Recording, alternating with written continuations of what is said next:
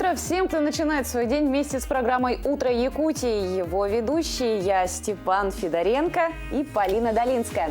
Этот день мы начинаем вместе. На календаре у нас 23 апреля. Пятница. Сегодня в нашем эфире мы расскажем вам, как школьники из села Бердигистях принимают участие в благоустройстве родного села. Приготовим вкусный, полезный завтрак. Наши корреспонденты расскажут о знаменитом меценате Савве Морозове. Узнаем очередной интересный факт из новейшей истории республики. В рубрике «Питомец» поговорим о важности дрессировки собак. Также вас ждут новости экономики, утренняя зарядка, вкусный, полезный завтрак и много разной информации. Также, друзья, вы можете всегда рассказывать о своих событиях, новостях, делиться вещами, которые вас больше всего волнуют, может быть, и либо радуют, тем более в пятницу. По номеру WhatsApp отправляйте свои сообщения в 8 914 273 44 88. Полина еще не успела чуть-чуть выучить номер. А также в социальной сети Instagram вы всегда можете просматривать все выпуски нашей программы, узнавать последние новости, анонс наших передач. Ну и, конечно же, подписывайтесь и ставьте лайки. Я думаю, самое время для тех, кто еще не успел выйти из дома, узнать, какая погода за окном. В центральных районах зафиксирована утром температура от -8 до -16 градусов. В заречной группе Улусов 4-14 градусов ниже 0. В южных районах температура зафиксирована 11 градусов мороза. В Вилюйской группе от 0 до -3 градусов. В Нижнеленских -10, -14 градусов. В западных от 2 до 5 градусов мороза зафиксировано утром. В Колыме-Индигирской группе Улусов самый большой разброс температуры от -6 до -20 градусов. В Янских 17-26 градусов ниже 0. На северо-западе от -9 до -15 градусов. В Якутске температура воздуха на 6 часов утра -10 градусов. Атмосферное давление 760 миллиметров ртутного столба, ветер юго-восточный 1 метр в секунду. Сегодня днем во второй половине дня ожидается небольшой мокрый снег, ветер юго-западный от 6 до 11 метров в секунду и температура воздуха плюсовая +1, +3 градуса.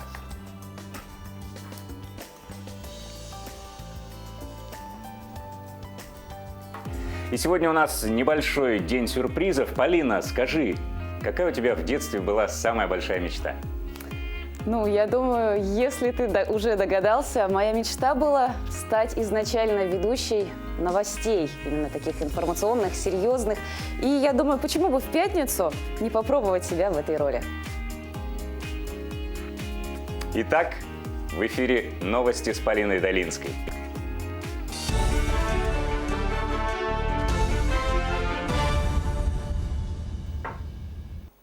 Премьер-министр России Михаил Мишустин поручил Кабинету министров незамедлительно начать работу над поручениями президента, озвученными в ходе ежегодного послания Федеральному собранию. Мишустин поручил предусмотреть отдельные виды помощи для семей, где ребенка воспитывает только один родитель. И с 1 июля назначить им специальную выплату в размере свыше 5,5 тысяч рублей, а также на всех школьников единовременно выделить по 10 тысяч рублей. Также, по словам премьер-министра, ряд мер будет направлен на поддержку родителей. Изменения коснутся выплат по больничному листу по уходу за ребенком до 7 лет включительно, а также материальной помощи беременным женщинам в трудном финансовом положении. Под отдельный контроль правительства будет взят вопрос о возвращении родителям 50% стоимости путевок в детские летние лагеря. Выполнение положений послания – это безусловный ориентир работы правительства. Мы должны сделать все необходимое для реализации этих инициатив совместно с депутатами Государственной Думы, членами Совета Федерации и региональными властями. Не надо ждать формального выхода поручений. Президент все задачи в послании уже обозначил. Начинать эту работу необходимо уже сегодня. Прошу незамедлительно приступить к проработке поручений главы государства и подготовить необходимую правовую базу. Правительство предлагает ввести с 1 января 2022 года новый обязательный беззаявительный порядок назначения выплат и пособий застрахованным людям. Такой закон Госдума приняла в третьем чтении на пленарном заседании. Согласно документу, выплаты больничных и пособий по материнству будут перечисляться напрямую из Фонда социального страхования, а не через работодателя. Это гарантирует работникам получение пособий без задержек, независимо от финансового положения работодателя. А самим работодателям позволит не тратить собственные средства на страховые выплаты. Основанием для выплат будет считаться лист нетрудоспособности в форме электронного документа. Мирнинские спасатели уже усиленно патрулируют водоемы района. Сотрудники МЧС предупреждают людей об опасности, рассказывают о правилах поведения в случае чрезвычайной ситуации. Также сотрудники инспекции по маломерным судам совместно с местными властями проводят онлайн-уроки школьникам, рассказывают о правилах поведения в период весеннего паводка или дохода.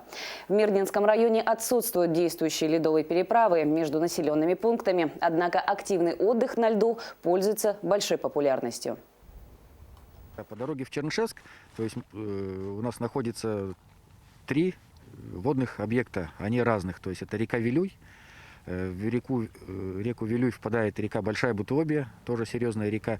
И дальше мы проезжаем плотину Вилюйских ГЭС, и это уже начинается Вилюйское водохранилище. Массовое место выхода рыбаков для подледного лова рыбы. Если усиливается течение, то лед быстро разрушается. То есть в таких местах мы постоянно присутствуем, разговариваем с рыбаками. Естественно, сейчас весной появляются промоины. Объясняем, что рыбакам, что к краю промоины, естественно, подходить нельзя, это опасно. В Санкт-Петербурге отметили 50 дней до старта чемпионата Европы по футболу. В рамках мероприятий организаторы представили макет стадиона «Санкт-Петербург», собранный из 12 тысяч деталей лего. Над его созданием трудились подопечные благотворительных фондов, ученики футбольной и балетной академии, в том числе Академии «Зенита». Также в северной столице открылся музей-квартира номер 60, посвященный победе советских футболистов на первом чемпионате Европы в 1960 году. Арт-инсталляцию расположили на Конюшенной площади, где во время Евро-2020 будет работать футбольная деревня. Санкт-Петербург примет 4 матча чемпионата, который пройдет с 11 июня по 11 июля. В прошлом году соревнования перенесли из-за пандемии коронавируса. В текущем году во время матчей стадион будет заполнен наполовину. К этой минуте у меня все. Передаю слово Степану Федоренко.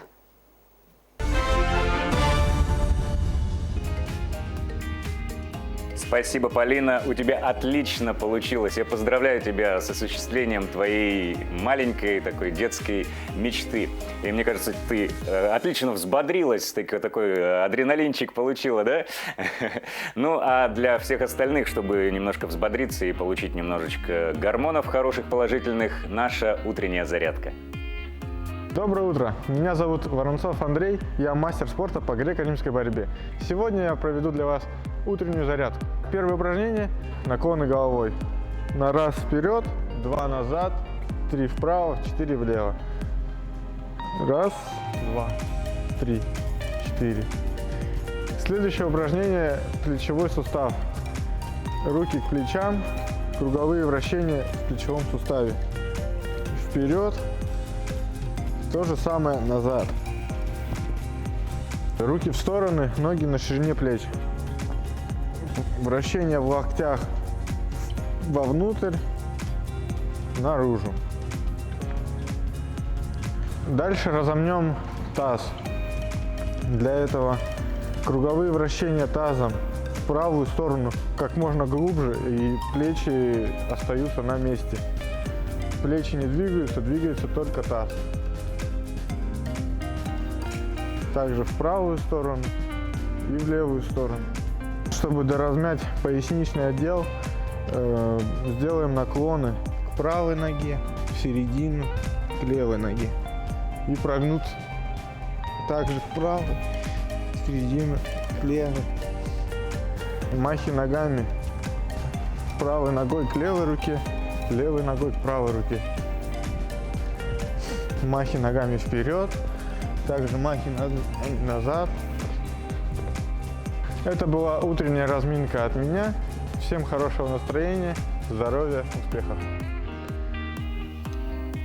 Как экстремальные климатические и социальные факторы влияют на мужское здоровье и качество жизни? О мужском факторе в демографической политике страны идет речь на втором республиканском общественном форуме под названием «Мужское здоровье и долголетие на севере». О форуме и о здоровье мужчин мы поговорим сегодня с гостем в нашей студии Михаилом Просянниковым, заведующим отделом мочекаменной болезни, НИИ урологии и интервенционной радиологии имени Лопаткина. Михаил Юрьевич, доброе утро. Доброе утро. Может ли мужчина на севере быть здоровым и жить долго? И от чего это зависит? Ну, конечно, может. Это достаточно важный вопрос.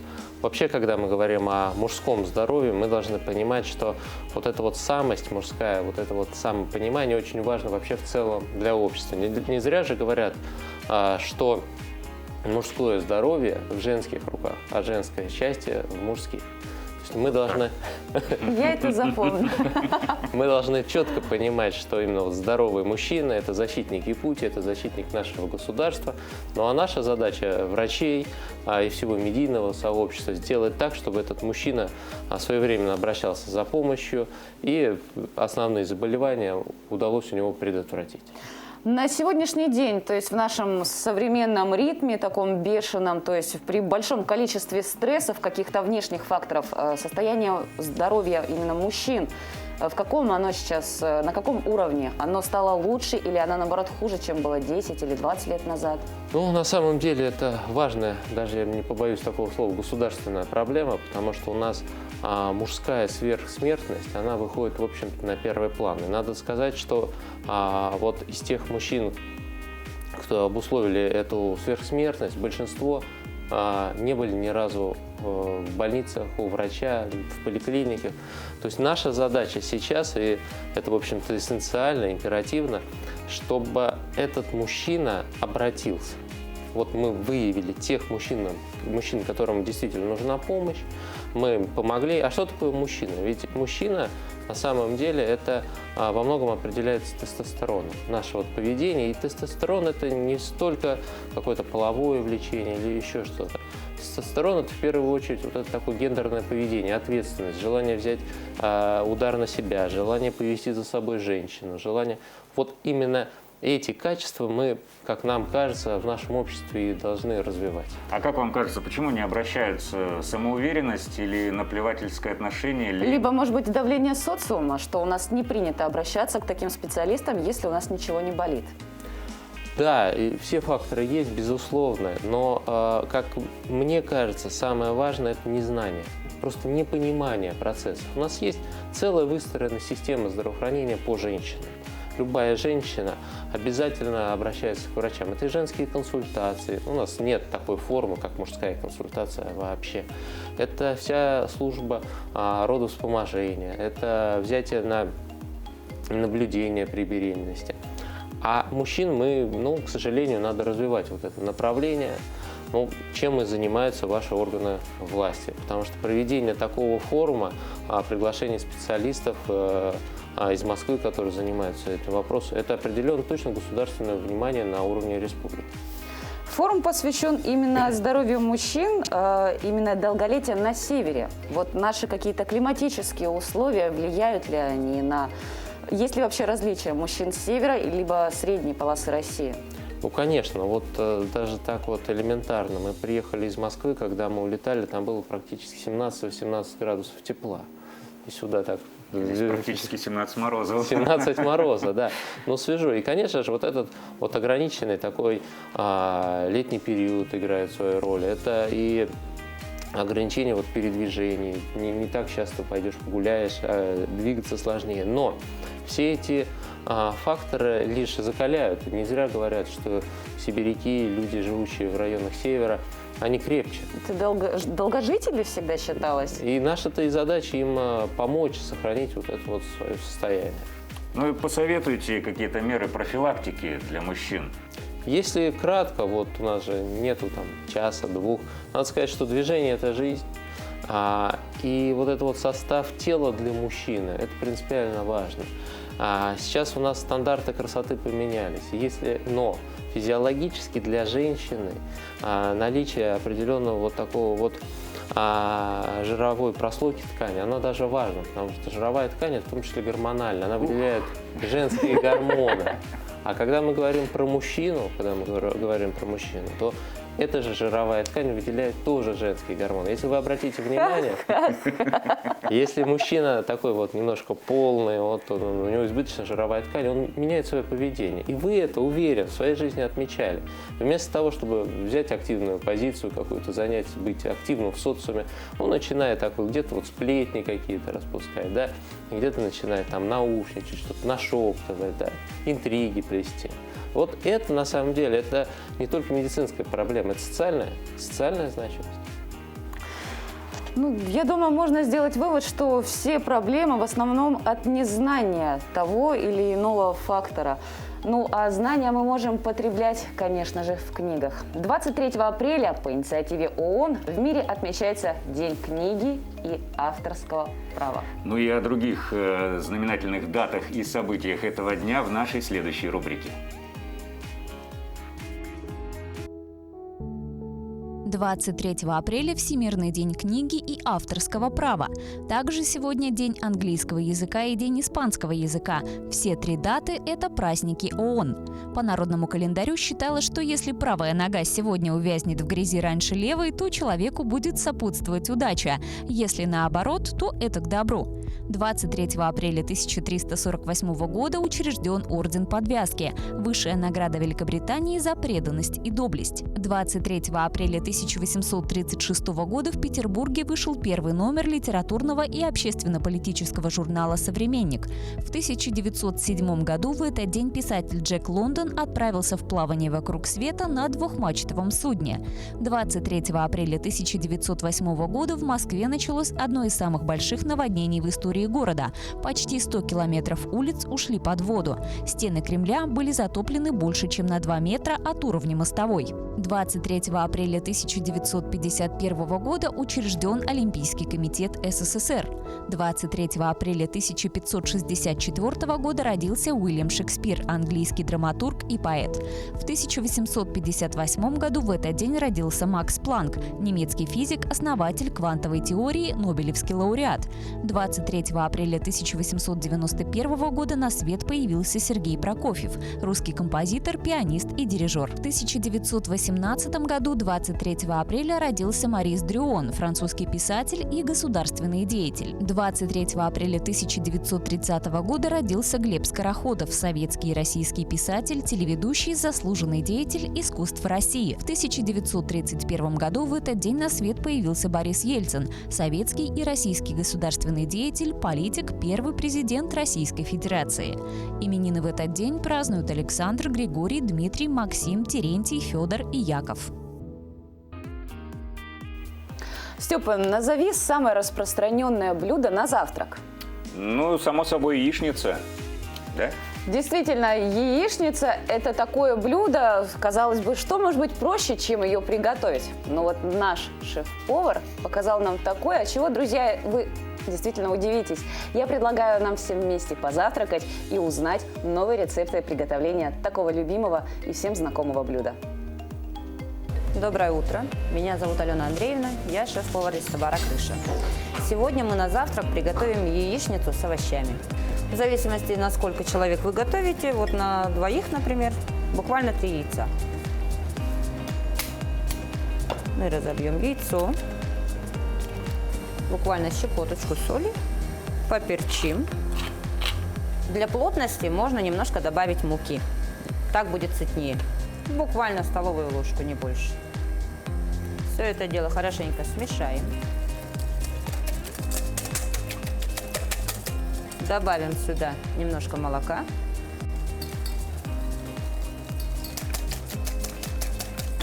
Сама масса для яичницы у нас уже готова. Теперь мы туда добавим овощи. Овощи мы возьмем перец болгарский. Все режем мелким кубиком. Добавим зелени. Все отправляем, все смешиваем. Натрем моцареллу, можно на крупной терке. Нам тоже много не понадобится, ну, буквально вот столько. грамм 30-50, не больше.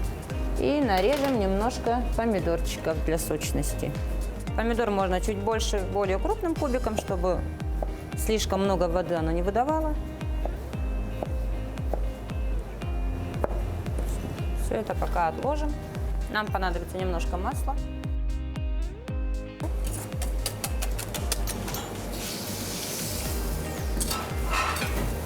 И нальем. Добавим моцареллу. Немножко помидоров для сочности. И сложим пополам.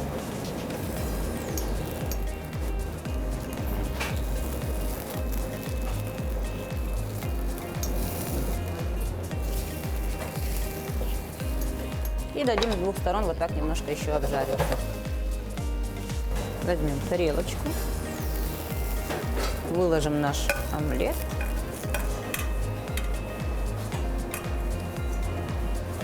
Его можно подать со сметаной и украсить зеленью. Приятного аппетита! Знаешь, я что понял, Полин, яичница или омлет – это такое блюдо, куда можно положить, в принципе, все. Ну, И главное, будет чтоб яйца вкусно. были. Да, главное яйца, молоко и посолить, и не пережарить. А вот второклассник из Бердигистяха решил тоже над кое-чем поработать. А именно над благоустройством родного села. Школьники планируют украсить Бердигистях и рассчитывают посадить на улицах не менее 555 цветов. Подробнее в нашем следующем сюжете. На встречу к 21-м играм Манчары учащиеся 2 класса Бердигистяхской средней общеобразовательной школы имени Семена Петровича Данилова вносят свою лепту на благоустройство родного села. В этом учебном году мы планировали проект «Эйсибеккилера» вместе с родителями. И совместно с местной администрацией мы договорились и должны были посадить на площади Эе белые петунии. И за этот проект я очень благодарна своим родителям, учащимся.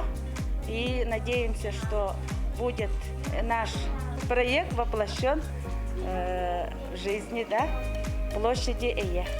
Общим советом выбрали самые популярные, неприхотливые и устойчивые цветы петунии.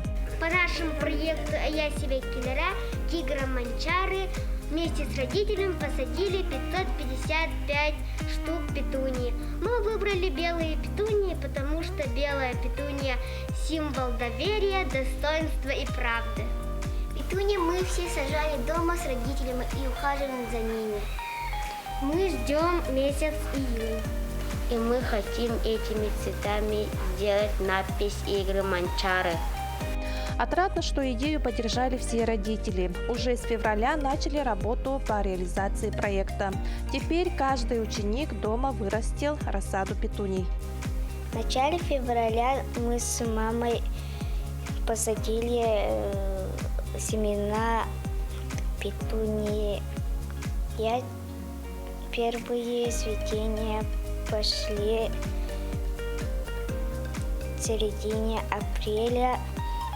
Я через дни поливаю, ухаживаю и наблюдаю.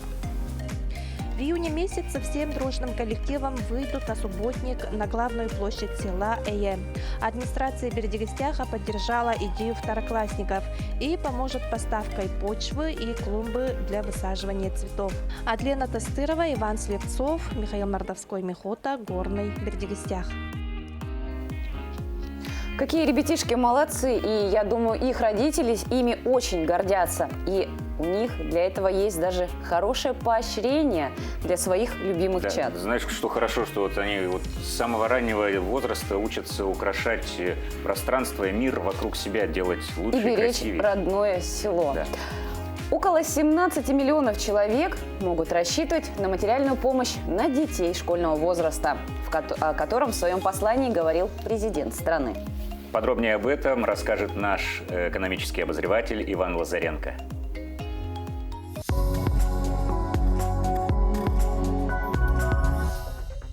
Министр труда и социальной защиты России Антон Котяков заявил, что получить единовременную выплату семьям с детьми школьного возраста смогут около 17 миллионов человек. О введении новой меры поддержки заявил президент Владимир Путин во время оглашения ежегодного послания Федеральному собранию. Он распорядился единовременно выплатить семьям с детьми школьного возраста по 10 тысяч рублей на каждого ребенка. Мера также коснется семей с будущими первоклассниками. Министр финансов Антон Силуанов заявил, что траты на воплощение всех озвученных в ходе послания поручений главы государства составят 400 миллиардов рублей за 2 года. Из них порядка 170 миллиардов рублей пойдут на выплаты школьникам. Реализация мер будет производиться в рамках имеющихся в бюджете средств.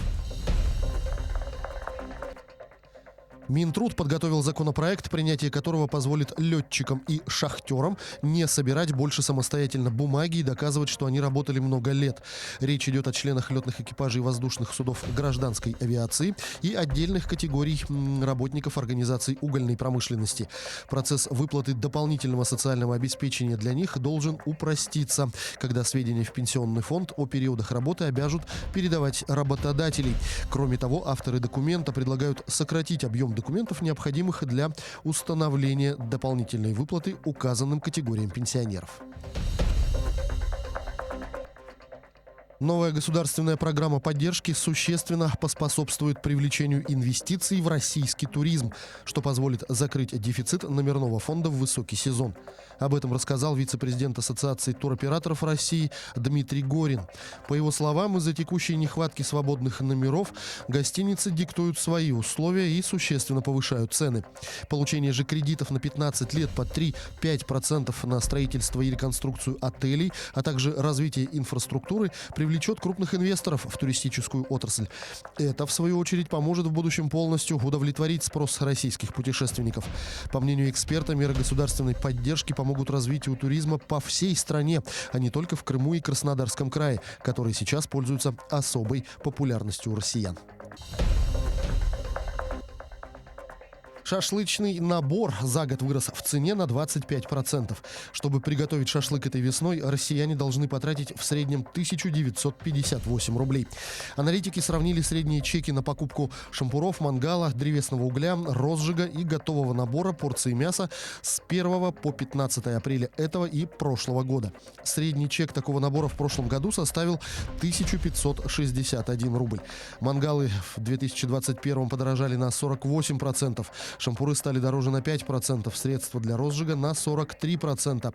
Готовый мясной набор для шашлыка подорожал на 15%. Ранее диетологи заявили о пользе шашлыка. По их словам, в любом мясе есть необходимые для человека аминокислоты. Кроме того, поездка на пикник – хорошее средство для снятия стресса.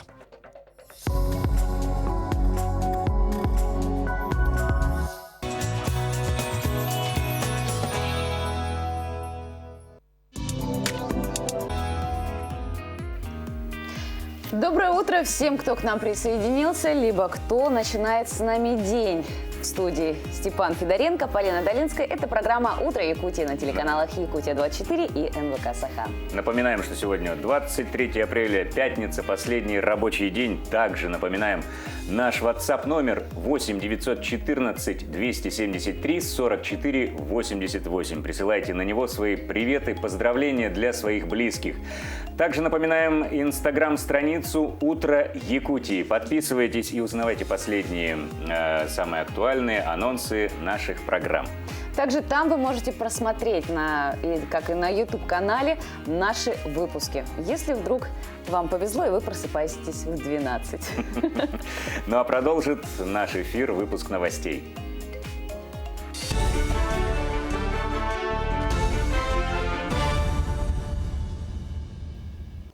В общественном транспорте Якутска усилили контроль за соблюдением санитарных норм. Ежедневно проводится полная дезинфекция всех муниципальных и частных автобусов.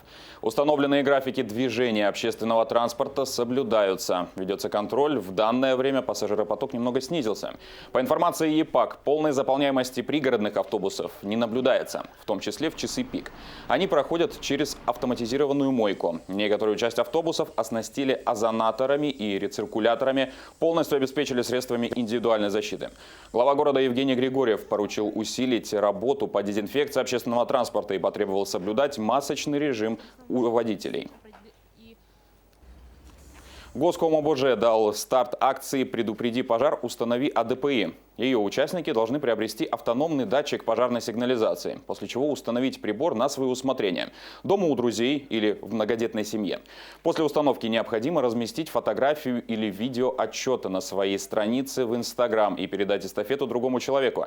Сегодня инициаторы акции установили первую сигнализацию в квартире многодетной семьи Кимистюровых, а детям вручили подарки. Как рассказала мама, она одна воспитывает 5 детей от 2 до 17 лет. Ее дом по улице Дежнева дважды горел, так что сигнализация просто необходима. Сегодня мы находимся в многодетной семье, в семье Клине Сергеевны. У нее 5 детей, и мы сегодня установили автономный пожарный извещатель. И в рамках данной акции я передаю вызов руководителю управления государственного строительного и жилищного надзора Аргунову Павлу Анатольевичу и руководителю государственной противопожарной службы Аялу Нуфриевичу Вензель.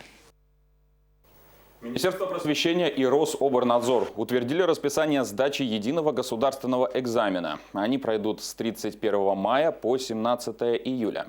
ЕГЭ начнется с экзаменов по географии, литературе и химии. Самый массовый по русскому языку будет проходить 2 дня – 3 и 4 июня. ЕГЭ по профильной математике запланирован на 7 июня, по истории и физике на 11 число. Обществознание на 15 июня, биология и письменная часть по иностранным языкам на 18 июня. Устная часть ЕГЭ по иностранным языкам запланирована на 21 и 22 июня. Первый этап обучения тренеров и инструкторов по масс-рестлингу подходит к завершению. Оно проходит в рамках федерального проекта «Спорт. Норма жизни». Подготовка специалистов ведется при поддержке Минспорта России в 2 федеральных вузах. Это Институт физической культуры СВФУ и Чурапчинский госинститут физкультуры и спорта. По окончанию учебного курса 60 слушателей получат дипломы о высшем образовании. В первый поток были отобраны тренеры-энтузиасты, титулованные спортсмены и спортивные менеджеры из разных регионов России. Программа дополнительного обучения рассчитана на 756 часов. Выпускники будут иметь возможность открывать спортивные секции и преподавать в учебных заведениях. Отбор прошли 60 человек со всех регионов Российской Федерации и прошли первый этап образовательный, прошли практику. Вот на данный момент, как говорится, у нас и теоретическая часть, и практическая. Мы будем одни из первых тренеров по масс-рестлингу, а навыки мы уже будем стараться передавать дальше детям. Я думаю, что это всем будет интересно. А к этой минуте у меня все. Хорошего вам дня.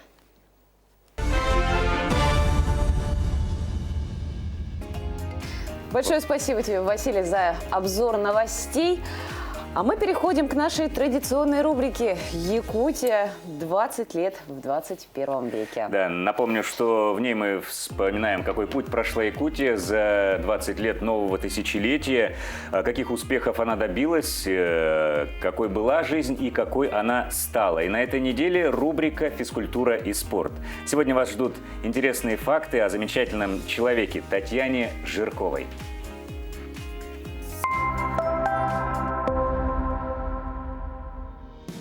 Пробежать полмира.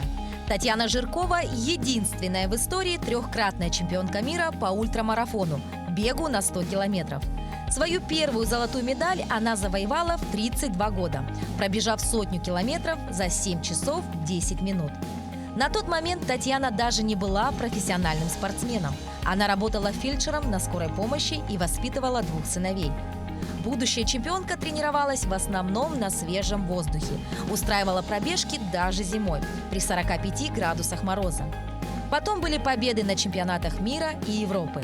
В 42 года Татьяна Юрьевна завершила спортивную карьеру и сейчас работает тренером. Растит новое поколение чемпионов.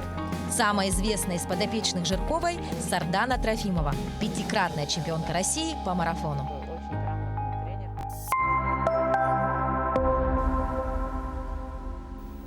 Как приятно, что в нашей республике живут такие замечательные люди, которые, во-первых, сами проявляют силу воли, добиваются больших высот и при этом еще и воспитывают, передают свои знания другим. Мы можем пожелать им только успехов. Успехов всех и новых побед, завоевания рекордов. Ну а сейчас позвольте зачитать несколько сообщений, которые пришли на наш WhatsApp номер 914-273-44-88. Поздравляем Петра Гуляева с днем рождения, с наилучшими пожеланиями. Жена, дети, родственники из города Вилюйска. Сейчас еще одно сообщение найду. Доброе утро. Мы хотим поздравить из села Хатыстыра Алданского района свою внучку Карину Стручкову с днем рождения. Сегодня ей исполнилось 3 годика. Мы тебя поздравляем, желаем здоровья, быть послушной, счастливой. Мы тебя очень-очень любим. Дедушка Алеша, бабушка Галя, дядя Алеша, Амгинский улус, село Покровка. Вот такие сообщения пришли к этой минуте. С удовольствием присоединяемся ко всем поздравлениям. Друзья, желаем вам, конечно, хорошего настроения, хороших выходных, которые ждут нас впереди, ну и, конечно же, здоровья. Ну и пришло время поговорить о братьях наших меньших. Сегодня вместе с нашим экспертом мы обсудим тему важности правильной и своевременной дрессировки собак. Доброе утро, уважаемые зрители! С вами снова московских Людмила и наша рубрика «Мой питомец». Также со мной присутствует доберманша, зовут ее Уника. И сегодня мы с вами обсудим, для чего же нужно дрессировать собаку. Но прежде всего вы приобретаете щенка. Щенок – это чистый лист рядом. Да. То есть он ничего не умеет, он ничего не знает. А в мире животных щенка обучает мать, либо вожак.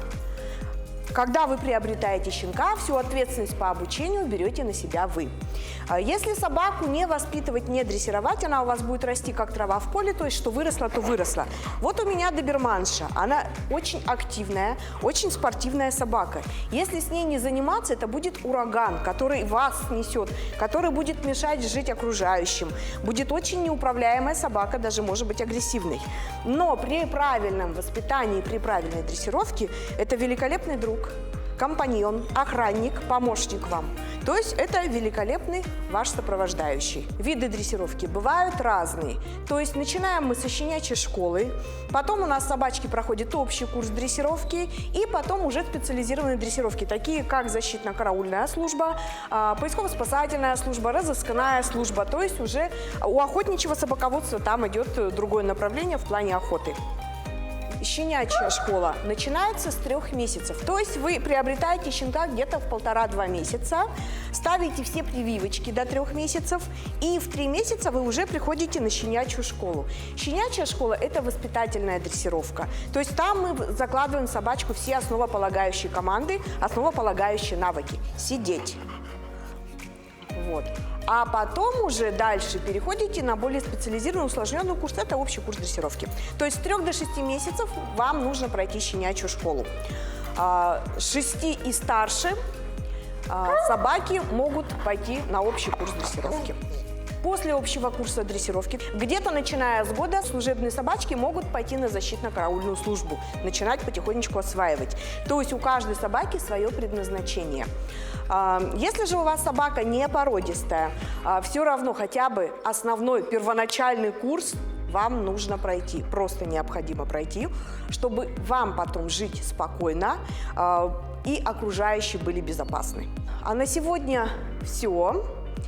Желаю вам хорошего, удачного дня и берегите и любите своих питомцев.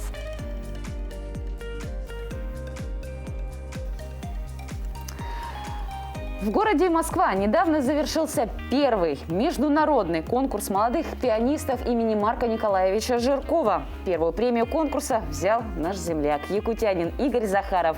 И сегодня Игорь вместе со своим преподавателем Алексеем Николаевичем Слецовым, гости, даже организатором, гости нашей студии. Доброе утро. Доброе утро.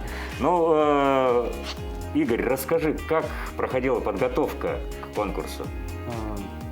Подготовка прошла очень, скажем, в каждом конкурсе есть свои напряженности.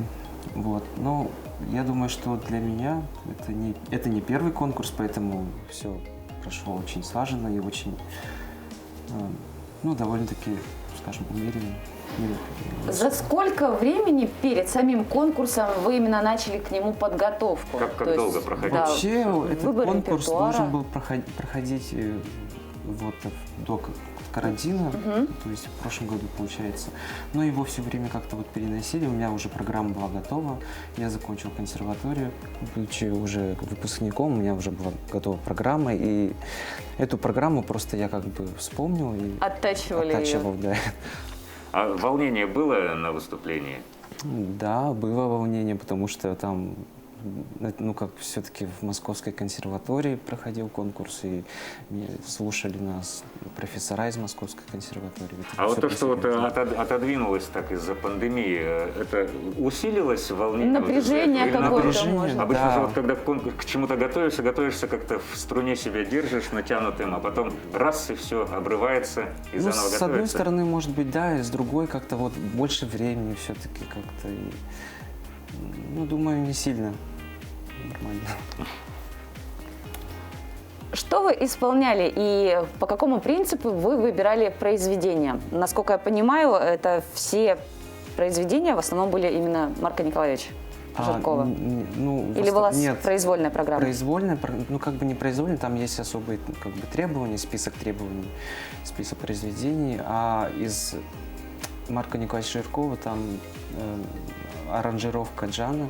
Это наш педагог из училища, вот, его, по-моему, песня, вот, «Танец стерхов» называется. А так, в общем, исполнялись произведения якутских композиторов. Вот. Алексей Николаевич, вот вы расскажите, как в целом прошел конкурс, как проходила подготовка? Ну, насчет подготовки, тут все уже ясно, Игорь Небустанович все рассказал. Я хочу рассказать немножко про сам конкурс. Во-первых, конечно, он прошел на очень высоком уровне, потому что были представлены ребята, участники из Московской консерватории, из Академии музыки имени Гнесиных. Были зарубежные гости из Колумбии, из Китая и другие регионы России, такие города, как Ставрополь, Владимир и так далее. Ну и 10 пианистов из нашей родной республики. Вот. Уровень конкурса был очень высок, и нам вдвойне радостно то, что в каждой группе то есть стали лауреатами наши ребята. То есть в младшей группе у нас есть лауреат, в средней 2 лауреата, и в старшей даже вот победитель, как Игорь Небустанович. Нам очень приятно.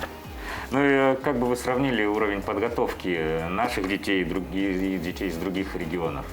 Ну, я могу смело сказать, что наши ребята, особенно ребята из высшей школы музыки, сыграли не просто достойно и на равных с москвичами и так далее, а кто-то даже лучше. Вот поэтому мы можем с гордостью сказать, что мы достойно представили нашу родную республику.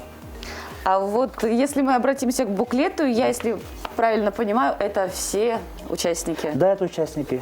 Вот, мы недавно, конечно, рассказывали об этом в нашем эфире, и вот уже есть готовый буклет с фотографиями всех участников. И я думаю, и родителям, и преподавателям очень приятно на это посмотреть, ну и тем более, конечно же, увидеть своего земляка. Конечно, конечно. Ну что ж, мы поздравляем Игоря с победой. Желаю вам больших успехов, продолжайте в том же темпе, в том же ритме, и надеемся, что после следующего конкурса на мировом уровне мы встретимся с вами снова. Дай Бог, дай Бог. Спасибо. Всего доброго. Продолжая тему культуры и искусства, мы переходим к нашей рубрике «Музейный гид». И сегодня мы расскажем вам о таком выдающемся меценате, как Сава Морозов. Сава Иванович Мамонтов – один из ярчайших представителей купеческой династии Мамонтовых. Русский предприниматель, железнодорожный магнат, приобрел широкую известность благодаря своей меценатской деятельности. Наверняка многие видели знаменитую работу Валентина Серова «Девочка с персиками». Но отнюдь не все знают, что изображенная на картине девочка – никто иная, как дочка Савы Ивановича Вера Мамонтова. Эта работа стала во многом визитной карточкой художника. Описал Валентин Серов 11-летнюю девочку в усадьбе Мамонтовых в Абрамцево. Сава Мамонтов, хозяин, превратил усадьбу в точку притяжения для художников, музыкантов, актеров. Частыми гостями были Василий Поленов, Константин Коровин, Михаил Врубель и многие другие художники, чьи имена сейчас овеяны славой. Сам Сава Иванович был исключительно одаренным человеком, художником, певцом, имел определенный талант скульптора и интерес к этому виду искусства пронес через всю жизнь. В Абрамцево в 1873 году меценат открыл студию-мастерскую для друзей художников, создав все необходимые условия для творчества. Сава Иванович пробовал себя в изящных искусствах и в этой мастерской занимался лепкой, художественной керамикой. Некоторые образцы, сделанные им, даже экспонировались на Всемирной выставке в Париже в 1900 году. За них он получил золотую медаль. В постоянной экспозиции Национального художественного музея Республики Саха-Якутия представлена скульптурная работа, выполненная Савой Ивановичем Мамонтовым в уже упомянутом 1900 году. Эта работа представляет собой бюст выдающегося русского композитора Николая Андреевича Римского-Корсакова.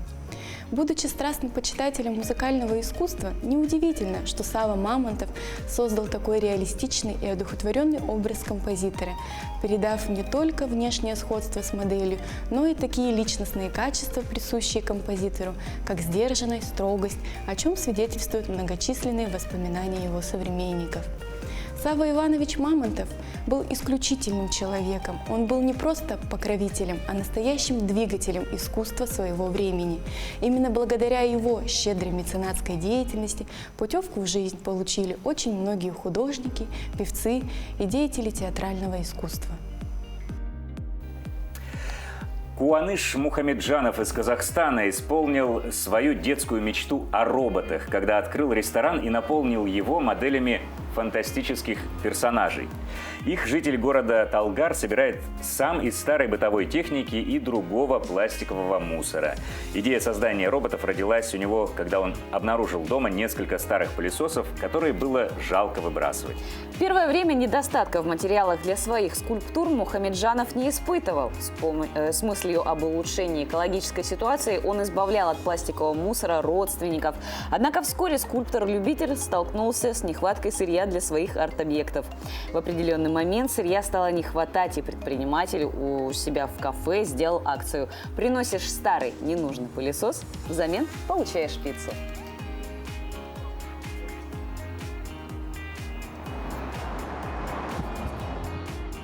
Просто вау, это же мечта всех мальчишек таких роботов собирать, чтобы они И еще такая шевелились. замечательная акция, тем более, что многие уже давным-давно отказались от такого предмета интерьера, как ковер. Почему бы не принести пару пылесосов и накормить всю семью?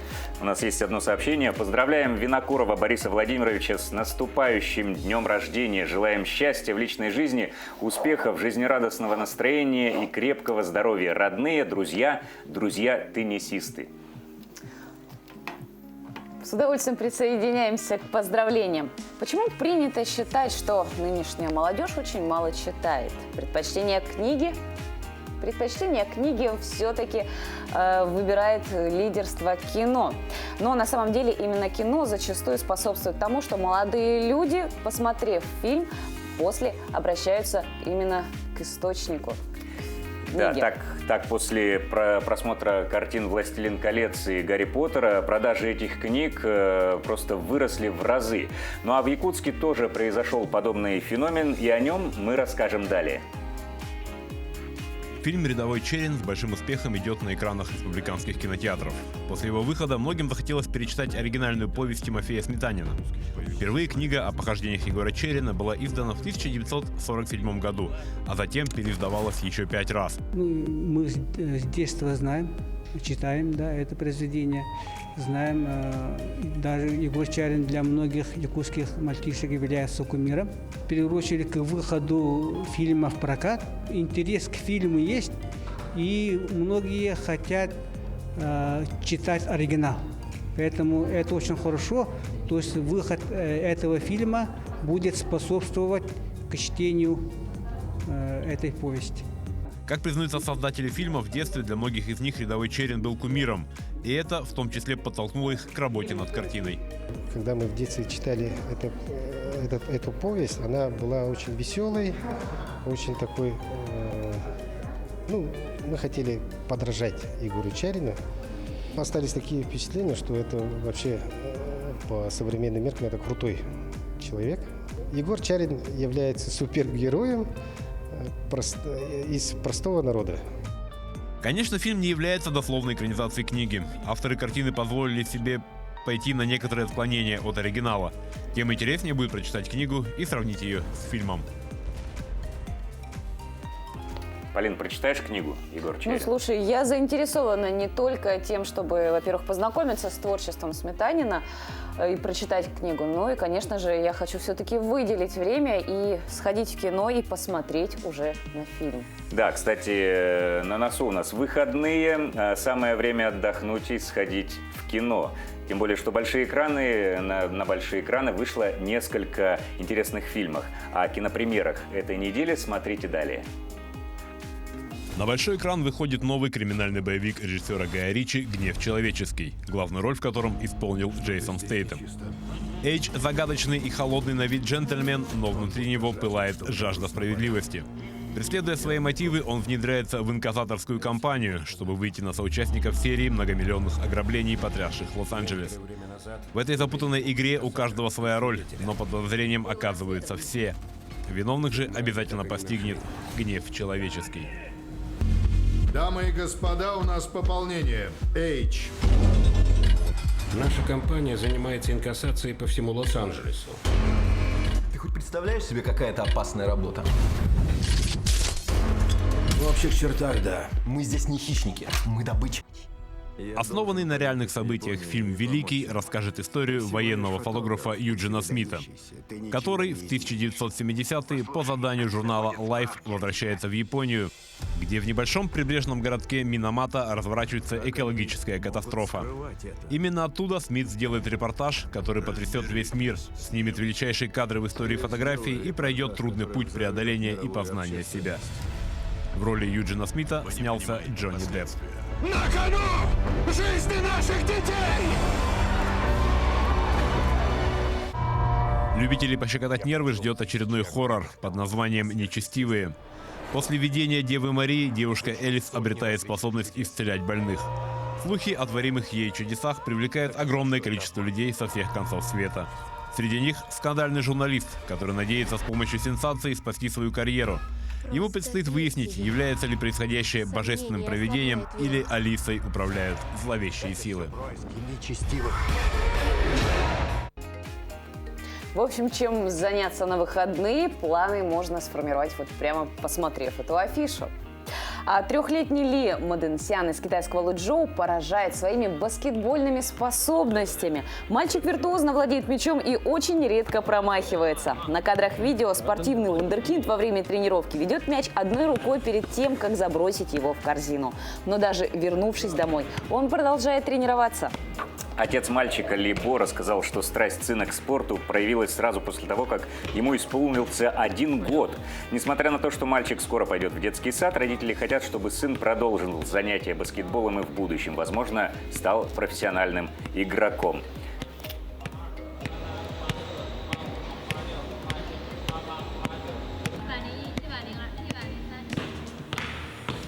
Три года человеку. Да, и уже такие способности. Ну что, друзья, наш эфир подошел к концу. Мы встретимся с вами на следующей неделе. Отличных выходных всем. Пока. Пока.